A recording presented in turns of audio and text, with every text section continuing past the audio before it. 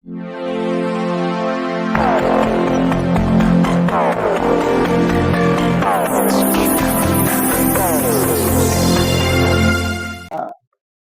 समिती सभापती व उपसभापती पदाची निवड होती आणि काल आम्ही भारतीय जनता पार्टी आणि महाराष्ट्र नवनिर्माण सेना यांच्या या ठिकाणी रेणापूर तालुक्यापुरत्या युतीच्या माध्यमातून आज मनसेच्या मोनिका रवी सूर्यवंशी यांची रेणापूर तालुक्याच्या पंचायत समितीच्या सभापतीपदी बिनविरोध निवड झालेली आहे व भारतीय जनता पार्टीचे शरद दरेकर यांची रेणापूर पंचायत समितीच्या उपसभापतीपदी निवड झालेली आहे। त्या अनुषंगानं आज मी आपल्याशी संवाद साधण्यासाठी या ठिकाणी आपल्याला आमंत्रित केलेलं आहे। खरं तर पंचायत समितीची निवडणूक 2017 जिल्हा परिषद पंचायत समितीची निवडणूक 2017 ला झाली होती आणि त्यानंतर 2017 नंतर 2022 ला त्याची मुदत संपलेली असताना सुद्धा एक 8 वर्ष म्हणजे एक्स्ट्रा 3 वर्ष सर्वांना वाट बघावी लागली आणि त्यानंतर आता परवा निवडणुका झाल्या आणि या निवडणुकीमध्ये महाराष्ट्र नवनिर्माण सेनेचे 2 उमेदवार पंचायत समितीला निवडून आले। जिल्हा परिषदला आमचे मोठे बंधू डॉक्टर सुनील नागरगोजे पानगाव जिल्हा परिषदेमधून निवडून आले। भारतीय जनता पार्टीचे 3 काँग्रेसचे 3 अशा प्रकारची अवस्था इथं झाली होती आणि त्यामुळं कोणाचंच बहुमत इथं न झाल्यामुळं आम्हाला कोणासोबत तरी जाणं गरजेचं होतं आणि म्हणून इथं विकासाच्या दृष्टिकोनातून राज्य शासन केंद्र शासन या म्हणजे भारतीय जनता पार्टीचा आहे, राज्य शासन भारतीय जनता पार्टीचा आहे, इथं सुद्धा जिल्हा परिषदेमध्ये भारतीय जनता पार्टीचे सरकार बसते आणि त्या माध्यमातून आम्ही एक विकासात्मक दृष्टिकोन ठेवून, कारण जनतेनं आम्हाला प्रचंड मोठ्या अपेक्षा ठेवून आम्हाला निवडून दिलं आणि म्हणून हा युतीचा निर्णय आम्ही घेतला आणि या युतीच्या माध्यमातून आज युतीचा मनसेचा सभापती भाजपचा उपसभापती या ठिकाणी बसलेला आहे। या माध्यमातून सभापती आणि उपसभापतीचा कार्यभार आजपासून सुरू झाला म्हणायला हरकत नाही। तर मी या ठिकाणी जनतेला एक मनसेचा नेता म्हणून जनतेने ज्या आमच्याकडून अपेक्षा व्यक्त केल्यात त्या संदर्भानं जनतेला आश्वासित करतो की जनतेचे जे छोट्या छोट्या प्रश्नासाठी जी त्या तालुक्यातील जनता परेशान असते, खूप छोटे छोटे प्रश्न असतात, त्या प्रत्येक छोट्या प्रश्नाला आम्ही स्वतः जातीने लक्ष देऊन या माध्यमातून प्रत्येकाचं काम झालं पाहिजे यासाठी आम्ही प्रयत्न करणार आहोत। आम्ही भ्रष्टाचार मुक्त पंचायत समिती, खरं तर भ्रष्टाचार मुक्त तालुका अशा पद्धतीनेच आम्ही इथं कारभार करणार आहोत। खरं तर जर समजा अनेक सर्व ग्रामपंचायती म्हणता येणार नाही किंवा पंचायत समितीचे सगळेच लोक आपल्याला म्हणता येणार नाही, परंतु तालुक्यामध्ये बऱ्यापैकी भ्रष्टाचार फोफावलाय असं दिसतंय। घरकुलाला पैसे देणं असेल किंवा अनेक गोष्टी चुकीच्या पद्धतीने होत आहेत।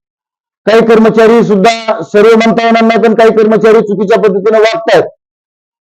तर माझं असं म्हणणं आहे की एक चांगला स्वच्छ कारभार या पंचायत समितीच्या माध्यमातून झाला पाहिजे, जनतेची कामं झाली पाहिजेत, जनतेला एक चांगलं प्रशासन काय असतं, कारण आम्ही या निवडणुकीच्या वेळी सर्वांना आश्वासित केलेलं आहे की आम्ही एक चांगलं स्वच्छ प्रशासन देणार आहोत। जे अधिकारी चांगल्या पद्धतीने काम करतात त्यांच्या पाठीमागे भक्कमपणाने उभं टाकण्याची भूमिका आमची असेल आणि काम कसं आहे की मी अनेकदा बघितलं, मी गेल्या 22 वर्षापासून राजकारणात आहे, अनेकदा मी असं बघितलं की इथं छोट्या छोट्या कामासाठी हेलपाटे मारणं, मग जिथं तहसील असेल, लाईट ऑफिस असेल किंवा तालुक्याचे जेवढे काही कार्यालय आहेत असं अनेकदा मी बघितलंय।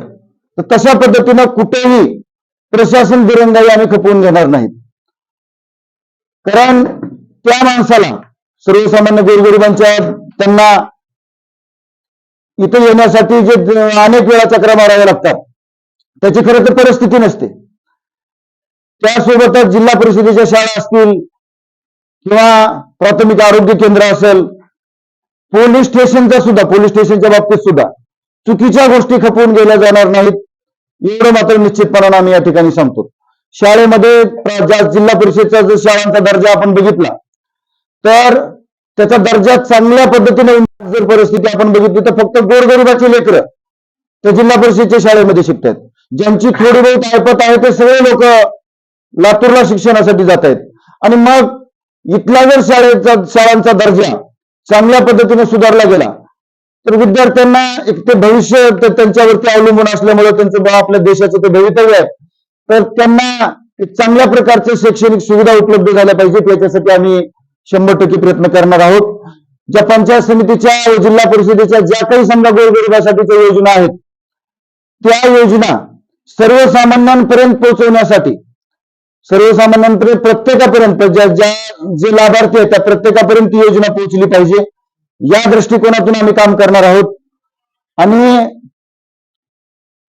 जे आता मी बघितलं की समजा आता परवा आम्ही त्या पानगावच्या प्राथमिक आरोग्य केंद्रामध्ये गेलो होतो, तर त्या प्राथमिक आरोग्य केंद्रामध्ये अनेकदा असं लक्षात आलं, पानगावच म्हणून नाही सगळीकडं की मनमानी कधी येणे कधी जाणे अशा पद्धतीच्या काही गोष्टी बघितल्या की जिथे समजा लोकांच्या आरोग्याशी संबंधित विषय आहे तिथे जर समजा अशा पद्धतीनं थोडं बहुत दुर्लक्ष होत असेल तर त्याही बाबतीत अचानकपणे आम्ही सभापतीच्या माध्यमातून, जिल्हा परिषद सदस्यांच्या माध्यमातून आम्ही त्या ठिकाणी लक्ष देऊन तिथं आम्ही योग्य पद्धतीने कशी लोकांना सेवा मिळेल प्राथमिक आरोग्य केंद्रामध्ये सुद्धा याही बाबतीमध्ये आम्ही लक्ष घालणार आहोत. म्हणजे एकंदरीत सर्व ज्या काही समजा तालुक्याचे कार्यालय आहेत त्या तालुक्याच्या प्रत्येक कार्यालयामध्ये चांगल्या पद्धतीची सेवा लोकांना कशी मिळेल यासाठी आमचा 100% प्रयत्न राहणार आहे.